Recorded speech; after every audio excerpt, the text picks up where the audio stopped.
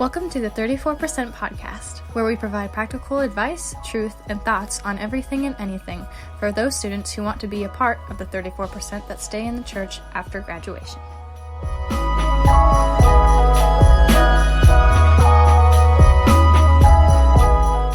Welcome, guys, to the 34% podcast, where we talk to the students who want to be a part of the 34% that stay in the church after they graduate.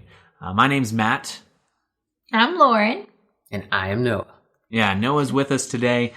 We interviewed him last time, and we wanted to kind of bring it back up again. You know, Noah, I feel like I've never had a person who's been asked as much as he has if he's my brother, because we've gone into multiple restaurants, and every time we go into a restaurant, they're like, "Oh, are you guys siblings?" And we're like, "No, not at all." So that's happened quite a few times where we've gone into Bojangles, Chinese restaurants, and others that happens multiple times. So anyway, I have a few questions, just kind of like get to know you. You know, like we want to know, who is Noah Luber. So we had a little bit of an interview last time, so I have a couple questions and then as well some debates. And you guys, as the viewers, may have some personal opinions towards some of these things, and we will let you guys comment, bring it up, and maybe tell us why we are right or why we are wrong and what you think about that. So the first one, this one isn't really up for debate, it's just kind of more of, I'm curious, what is your favorite video game? I mean, it's got to be Portal, like Portal 1 and Portal 2 from Valve, because, I mean, it's hilarious. Like, it's so funny, because there's, like, a British robot. Isn't there a second Portal that just came out? No, that's Half-Life. That's Half-Life, but they're in the same. Game? I mean, you're trying to, like, escape evil robots, except they're not really evil. It's really, like, one's evil, and then one's not evil, and then kind of, like, swaps, like, now that one's evil. Oh yeah, that's spoiler alert. That's kind of a spoiler. And then you kind of like escape, except you kind of like have brain damage the whole game. And so like, man, you're like spoiling the whole game. Yeah. Wow. There's a British robot, and at the beginning of the game, he's like, "I want you to say apple," and then like the game tells you to press space to say apple, and then space is jumping, so you just jump after he tells you to say apple, and he's like, "What you have just done is jumping," and so you have failed, and it's kind of throughout the whole game, you're just kind of like being thrown around. Are you actually able to say apple? No, you're not. But like, it's just kind of like proving that you have brain damage because you can't say apple. You can just jump. Okay, well, I like the concept of the game. All right. Well, we gave spoiler alerts after the spoilers, so if you're gonna play that game, I'm sorry. You also waited a really long time, so I don't blame us as much. 10 years old. Yeah. All right, so a couple questions just kind of like help the listeners kind of get a feel for what your voice can do. What's the most obnoxious sound you can make in 2 seconds? Oh gosh, that was I didn't expect that. All right, what's the sweetest sound you can make in 2 seconds? It's like that's so generic, but I mean, a little. I like it. Okay, well. I'm sorry, listeners, for that first one. Here's more of the debate side. So we wanted you guys to maybe feel a part of it. So if you have some kind of opinion toward this, please let us know what it is. I'd love to hear what your thoughts are. The first one is cereal a soup? No. Yes. Why is it a soup? No. I mean, soup is like liquid in a bowl with potentially things in it, like chunks of more delicious stuff, and that's exactly what cereal is.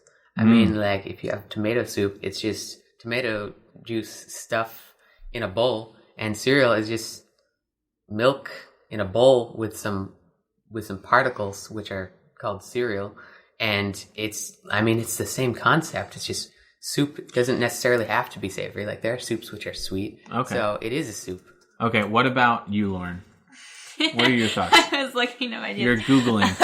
That's cheating. Well, I would say that you don't eat soup in the morning. And so you would eat that for lunch or dinner, and cereal. I feel like my argument sucks. It's okay. Keep going. Cereal is a breakfast meal. And so I feel like they're two separate things. All right. Well, what about the idea of soup is hot usually. Oh, that is true. You Thank could you. eat for that that. cereal. Well, yeah, but like, That would be you want warm terrible. cereal? Actually, I think there's a thing There's called hot cereal. also cold soup. So when have can't you really make ever that. had cold soup? I have never, but it is a thing. I mean, it's a thing that you just don't warm it up. So, like, does soup not become soup any longer if it gets colder, though? So, just to counter my argument, play devil's advocate. Like, does soup lose its soupiness when it becomes cold? No, I mean, I think cereal is just the stuff that you put in soup. But the soup is milk. And so when you put the cereal into the milk soup, then it just becomes soup, but people call it cereal because that's what you're mainly eating, but you're kind of eating soup. Okay. Soup is just like, I mean, by definition, a bowl of cereal is soup. Just Well- makes sense. The dots all connect. Go for it. Soups, it can't be because soups are made when you have stock or broth and you have to simmer it and cook it. So you don't do that with cereal. Oh, you also have a computer. Yeah, You're, that's cheating. Cheater. I call you're that. countering Noah with that. Literal So, hacks. but hey, I think that was a good call. I like that. The broth thing is a big deal. Okay, well, what about the next question? Is water a plant? Yes. Because when you have a plant and you water it, it grows. And if you have water and you water it, then it grows. So, I mean, it all makes sense. Water is a plant. That's just case closed. It's obviously a plant. But if you take a plant and put plant on it, does it grow? I mean, yeah. It totally does. Because then are all plants water? I mean, they're made up of water. I'm sure it's like more than, like humans are like 90% water or something. So plants have to be like 99% Yeah, water. but if you like throw a human on a plant, it doesn't really grow. It more crushes it. I mean, yeah, that's because they're like two separate entities. True. And it doesn't really combine like with water and plants because like the plants absorb the water and the water absorbs the water. So both of them are growing. It makes sense. Okay. Well, what do you think, Lauren? I disagree. In what way? I just disagree. No, I think that is valid. I don't know. I guess because water, they just look different to me. Like plants can't be like a liquid, right? I mean, this is an argument that you're making, so you have to. I know. I feel like plants can't be like a liquid like that. There's like, they have texture. They have like, You have to aim towards they me. have, I'm looking at the plants outside to help me. They have texture and color. Water doesn't have color. Okay, that's true. Kind of. I mean, it's bluish, but yeah. It's not, water isn't blue, it's clear. I mean, Yeah. it's clear, but if you look at it in the ocean, it's kind of Yeah, blue. because, well, That's because of That's other just 'cause stuff. it's reflecting the sky. That's not true. It is true. That is no. You're All right, crazy. continue on. Is there any other thoughts of that? Awesome.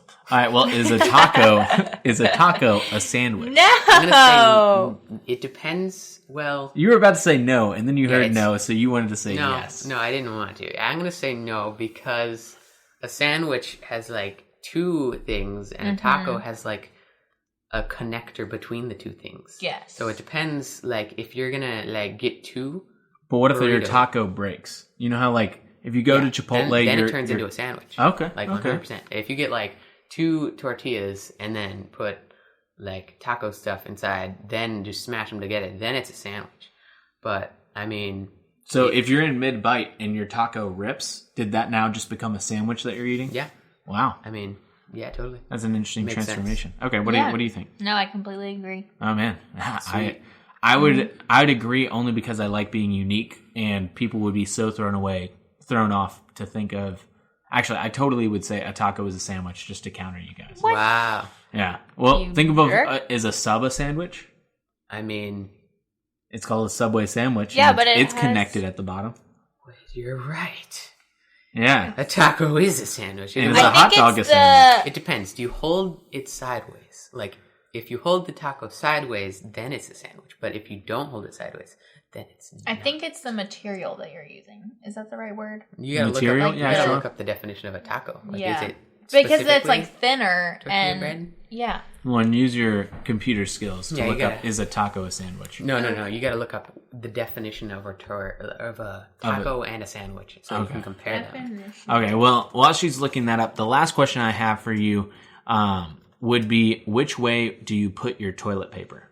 Are you an over or an under kind of guy? On the patent for toilet paper, it is over, not Yes. under. Yes. Yes. So it is literally proven that it goes over and not under, and anybody that thinks it's under is insane. Like, Count me in saying Yes. it. No, I'm kidding. You always have to put it over. If it's under, then it just messes up. It's too hard to reach the toilet paper. Oh, it Why would is. you do that, people? All right, well, I know many of you guys that are listening. There's probably one or two out there that are like, I'm too lazy to pay attention. But you are the people that we're talking to. Please listen to us. Change your ways. Change the world. yes. All right. Well, a good question that we have. Did you figure out your taco sandwich? It says that a taco cannot be a sandwich. Because That's they're a not lie. related, but that's lame. Yeah, that's a lame website answer. So It's fake. Yeah, no, that I don't count that. Even though it's from the U.S. Department of Tacos. Wait, what? That's what it says. The U.S. want Department. Oh no, it's from something else. Anyway, so a question that we got from some people and some things that we want to kind of talk about are, so in what ways can we stay connected at this time, and also how can we serve our community? So as Christians, especially a part of the 34%, we want to be serving our community. We want to be involved in that, and we want to be reaching out and loving others well at this time. So in what ways can we do that? What ways can we stay connected with those around us, even when it's hard, and even when it's only through what it feels like Zoom or podcasts? Like what ways can we do that? So Lauren, do you have any thoughts on that? Yeah, for serving, there's a lot of different ways that we can do that right now, and you kind of have to be creative and unique with it, but I've heard a lot of really great ideas, and one of them is writing letters to the people that are in the hospitals right now with that's the cool. virus. And so I have a friend that's been doing that, and it's just so sweet to see that she is like willing to take time to do that, and how much of an impact that is making on the people that are in the hospital, because I don't think they can even have anyone visit them. And so they're just sitting in the hospital alone and getting letters of encouragement and truth. I don't know if you can actually share about Jesus, but you can, I believe, write that you're praying for them and include scripture, I think. So Yeah, so that's just an encouragement way. And even if you yeah. can't include that, like, I know that's just a way to love someone else. yeah. So that's Yeah. cool. And I know another friend who was calling elderly people that are in the nursing homes that also can't really be visited at this time and who are just really lonely. And she was calling them and encouraging them and just spending like 30 minutes a day, like calling and talking with them. And I think people are really, it's interesting because people, I think, are craving community, but then we're also isolating ourselves and kind Yeah. of avoiding, like, even like with friends and students, I think it's been really hard to stay connected through text messaging, which we thought would be a lot easier Yeah. through social media and all of that. But I think people have just kind of been in this lull, and what you were saying too, like this sleepiness that Yeah. the enemy has put. But I think that we can definitely use Marco Polo. We started a Marco Polo group chat, and so I think that would be really great to stay connected with, and even just dropping by people's houses and staying at a distance and dropping off little care packages or notes to them, and doing like drive-through, like we've seen birthdays, like people driving through and having signs on their car, and I know that there's like food banks that need help, and so there's a lot of ways that we can be serving and blessing those in need right now. So Yeah, no, that's a good thought. And now, Noah, I'm curious to hear your thoughts on it, because I don't know how many people know this about you, but if they do know you, they know you are definitely a digital guy. So you're a VR guy. You love virtual reality. You love playing on the computer and different things like that. So as a student, what are some ways that you would say, this is how I've been staying connected, even though quarantine, I know you've texted me and you've talked about how it's the worst time of your life. But I'm just curious, what would you say is ways to stay connected, or ways that you've just done, kind of utilize that, or even also with serving people at this time?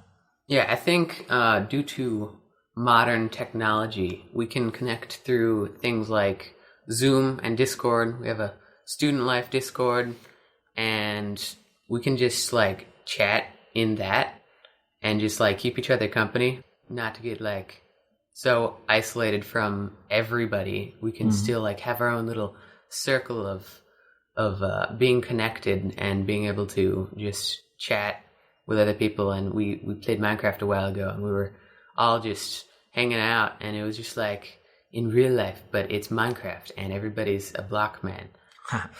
There you go. Well, that's definitely one way. I know that we did that a lot at the beginning, and I know that kind of faded away a little bit, where some people were like, and that's where Lauren came in with her comment that I made about sleepiness. I feel like we've all been in this, like, whether it's depression or some kind of like sleepiness that's just happening where we don't, like, we know that we want to connect with people and we want to have that face-to-face interaction, but then anytime that opportunity shows, we always are like, I don't want to leave. I want to watch Chuck instead, or whatever you watch. So like whatever you're trying to pay attention to, oftentimes we want to give up what we can because of just feeling lazy, I would say. And I do this a lot just with, if you know the Enneagram at all, my number's a 9. So my natural sin is to be very lazy. And so it's really hard in this time when it's like, oh, I'm able to be lazy, but I can't be. I have to fight against that. And so, it's an interesting idea. I think there's a lot of ways to stay connected. And I think that we might overlook some or feel like they're not adequate enough, but especially when we're in this time, and say like even in a few months, I mean, there's rumors around that of what could happen, but say if we be in quarantine again, what do we do? And I would say the ways so far that have been really good are connecting through videos, through podcasts, things like that. Yes, but then also through Zoom, like we were mentioning, and Discord that we've done, as well as Marco Polo, which if you don't know what that is, it's a newer app that newer is in like, I guess a couple years old probably, but you can send videos. So I call it old people Snapchat, but like that's what we use. So there's just ways to be connected in that way. And then another way I would say is through legal events. And so what I mean by legal events is there's certain things that are illegal. So do not like go and just purposely break the law just because you're lonely. There's ways to stay connected, and there's different places you can be. There's different walks you can go on. There's people you can be with, and you can like kind of look in which ways can help you. I know Lauren and I, it's been helpful that her family lives close to us, so we're able to connect with them. And then as well, my family also, some of my family lives close, so we're able to be with them. And it's just a great opportunity for us to be connected and stay together at this time. And also not like, I love Lauren, I love seeing her, but then also being able to branch out and be with others as well. So I think that's a good way. And then serving, I know this is 2 kind of questions, so I want to answer both. Serving, there's definitely the way of the food banks are in such need right now. So Lauren mentioned the letters. Another way is food banks, like loving on them through reaching people that need food. They need resources. So that's one way. There's probably a bunch of other ways. I know if I sat here and named them off, it'd take way too long, but we're kind of over time already. But any final thoughts? Lauren, you got any? Or Noah? Yeah, I think too, I work at the pregnancy center, and there's a lot of healthcare workers, nurses and doctors and others that are really burned out and need encouragement and truth. So whether that's sending them a text and just thanking them for being on the front lines and doing that, or sending flowers or candy or anything that you can do to brighten their day. And just encourage you guys to go on walks, play games, be outside, read your word, read the Bible, because that is the source of life and truth and encouragement. So we just encourage you guys to do that. Yeah, cool. Well, Noah, any other thoughts? Nope, not really. Okay, answer this real quickly. If you could start a conspiracy theory, what would it be? I think that flat earthers are fake. They have been like, the government has invented flat earthers. Like, they're not real. Like, there's nobody who actually believes the earth is flat, but they're being placed so that I will hate people, and then I will never like go out and realize that the moon isn't even real. And so both the moon and the Earth being flat earthers, they're fake. All right. Lauren, I see you shaking your head. I'm curious if you're shaking your head because you're listening, or shaking your head because that's kind of just a normal human reaction when you're not listening. No, I'm listening. That is good. All right. Well, I mean, I look at it, and I think that is actually a kind of a valid point, in the sense that I was thinking about the other day. I was like, flat earthers, how can you actually believe that? Like, there's certain things that I don't know if it makes sense. Well, if you are a flat earther and you're listening, thank you for listening. And I'm curious to hear your thoughts. If you actually have good thoughts, let me know. But as always, if you have questions, email me at matt@visitlegacy.org. And we love talking to you. We love hearing from you. So if you have any thoughts or any questions that you'd like us to discuss, just let me know. But my name's Matt. I'm Lauren. I'm Noah. And this is the 34% Podcast. See you guys.